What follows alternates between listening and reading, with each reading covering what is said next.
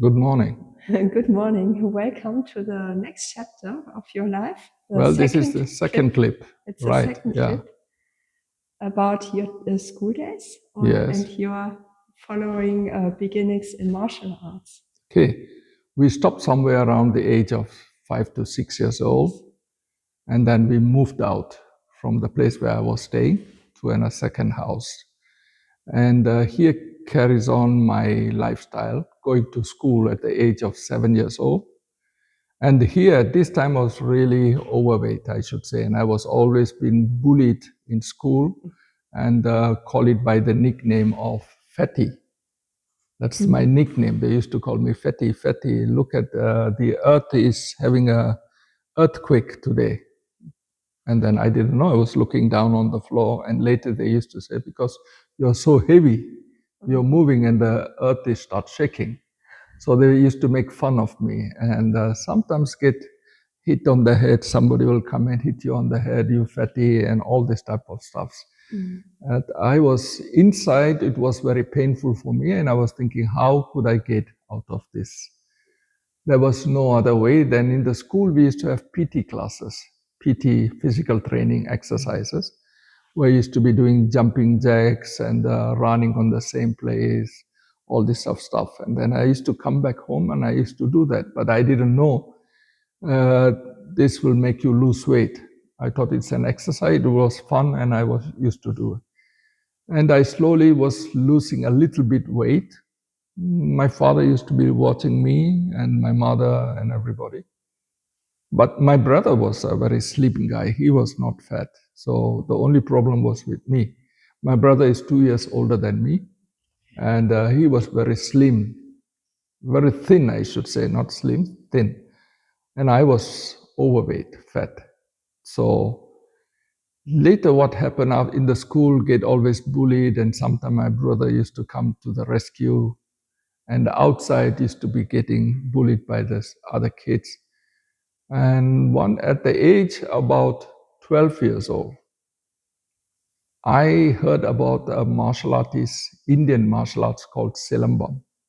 And my father said, you should go and train over there, these martial arts. And so my father introduced me to the teacher. This teacher was from Karnataka, India. That's South India, where they call it Mysore. So this teacher used to be a railway train where the gates should be opened and closed. This was his job. So he used to wait for the bell to ring. That means the train is coming, and he have to go with a red flag and stop the cars and then open the gate. And the train goes by and then close the gate, and then the green flag and all the cars go by. So this was his job. But he was a martial artist, very good in Silambam as well as Vajramusti. We call it the diamond fist, an art of fighting technique with the fist and grappling and throwing down and hitting. They used to be wearing knuckle dusters, but we never used those knuckle dusters when I was practicing. And also learned the art of stick fighting. So he was my teacher. Well, let me come back again, where the martial arts, all this Karnataka people's language, he used to teach me. And it was very hard, only exercises for 3 months. And later, what I have to do is follow him to the forest, or we call it jungle area, or rainforest, and go with him to take all kind of roots, dig up the roots for him without injuring the roots. It was a physical exercise for a 12 years old kid.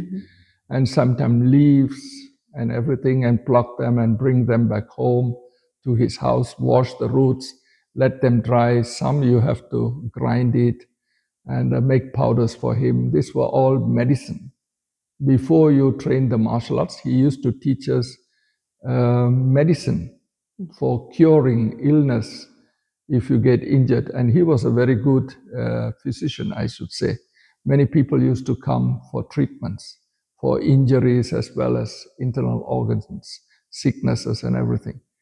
So I was learning all these things for a couple of months, and only then later he started teaching me the art of Vajra Musti, that is the diamond fist martial arts fighting art technique, and later coming into Silambam.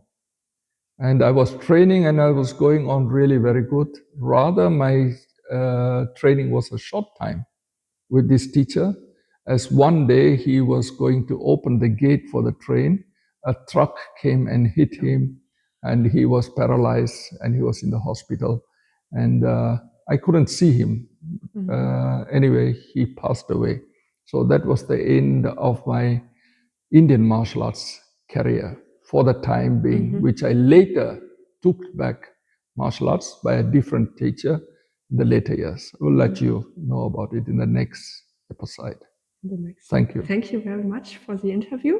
Most welcome. And I'm glad to take the next clip, the third clip.